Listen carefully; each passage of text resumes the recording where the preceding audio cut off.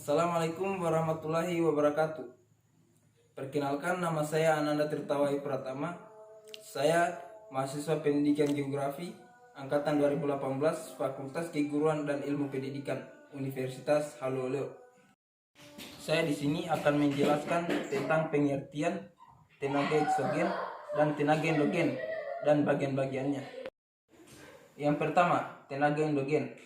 Tenaga endogen adalah tenaga yang berasal dari dalam bumi yang menyebabkan perubahan pada kulit bumi.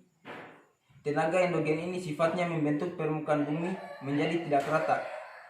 Mungkin saja di suatu daerah dulunya permukaannya rata atau datar, tapi akibat proses endogen ini daratan tersebut menjadi gunung, bukit atau pegunungan. Pada bagian lain permukaan bumi turun menjadikan adanya lembah atau jurang.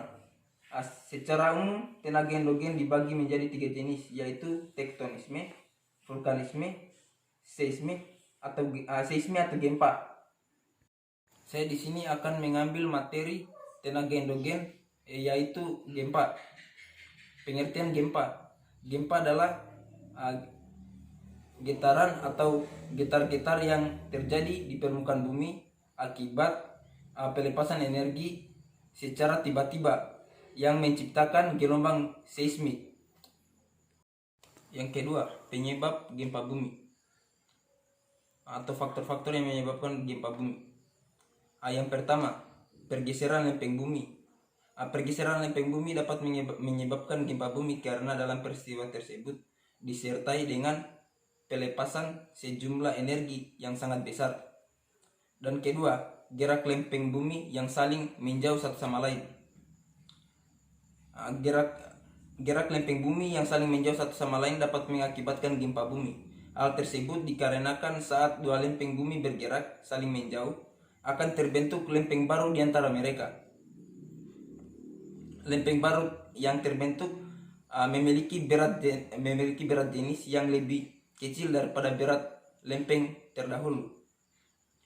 Lempeng yang baru terbentuk tersebut akan mendapat tekanan yang besar dari dua lempeng lama sehingga akan bergerak ke bawah dan menimbulkan pelepasan energi yang sangat kuat ke atas. Yang ketiga, gerak lempeng bumi yang saling mendekat satu sama lain. Gerak lempeng bumi yang saling mendekat satu sama lain dapat juga menyebabkan gempa bumi. Karena pergerakan lempeng yang saling mendekat juga berdampak pada terbentuknya gunung, seperti yang terjadi pada Gunung Everest yang terus menerus tinggi akibat gerak lempeng di bawahnya yang semakin mendekat dan saling bertumpuk. Yang terakhir, jenis-jenis gempa.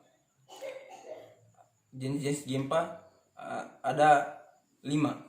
Yang pertama, gempa tektonik, gempa tumbukan, gempa runtuhan, gempa batuan, dan gempa vulkanik. Contoh gempa bumi yang pernah terjadi di dunia yaitu pada tanggal 22 Mei 1960 di Valdivia, Chili pada ukuran 9, skala liter, menyebabkan 1.655 orang tewas dan ribuan orang luka-luka. Jutaan orang kehilangan tempat tinggal. Dan gempa ini bisa dirasakan sampai di Hawaii dan yang paling jauh di Filipina.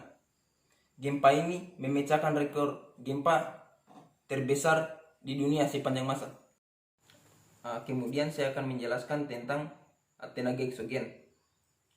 Tenaga eksogen adalah tenaga pembentuk muka bumi yang bersumber dari luar bumi, yakni berupa tenaga air, angin, sinar matahari, maupun tenaga dari makhluk hidup.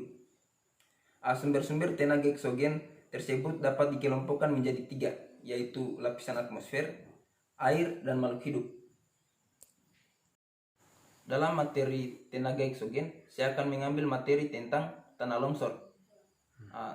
Tanah longsor atau sering disebut dengan gerakan tanah adalah suatu peristiwa geologi yang terjadi karena pergerakan massa batuan atau tanah dengan berbagai tipe dan jenis, seperti jatuhnya batuan atau gumpalan besar tanah dari atas permukaan gunung. Saya di sini akan menjelaskan tentang faktor-faktor yang mempengaruhi terjadinya tanah longsor. Yang pertama, erosi.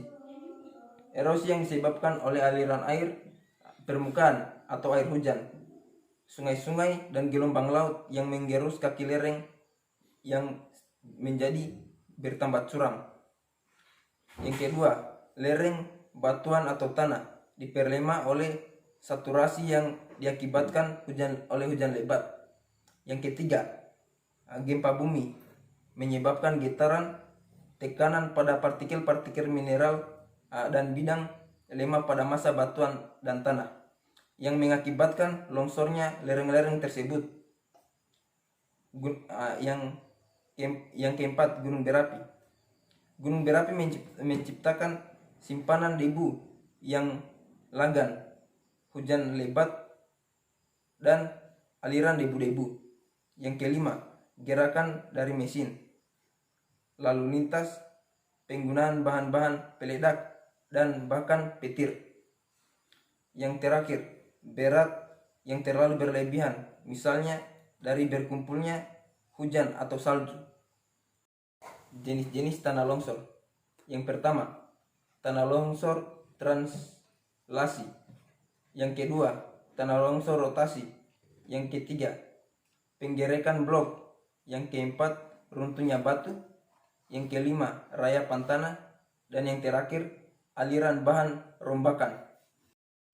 Saya di sini akan mengambil contoh tentang tanah longsor yang terjadi pada tanggal 2 Februari 2020, yaitu tepatnya berada di Kota Bogor. Data ini dilaporkan oleh Badan Penanggulangan Bencana Daerah atau BPBD Kota Bogor. Longsor ini terjadi di dua lokasi. Longsor pertama terjadi di Kampung Babakan Perumnas RT 10 RW 06, Kelurahan Barangan Siang, Kecamatan Bogor Timur. Kecamatan Bogor Timur, Kota Bogor. Di lokasi ini terjadi tebing setinggi 20 meter mengalami longsor. Apa yang bisa saya sampaikan pada kesempatan kali ini. Terima kasih atas perhatiannya. Akhirul kalam. Wallahul muwaffiq ila aqwamit thoriq. Wassalamualaikum warahmatullahi wabarakatuh.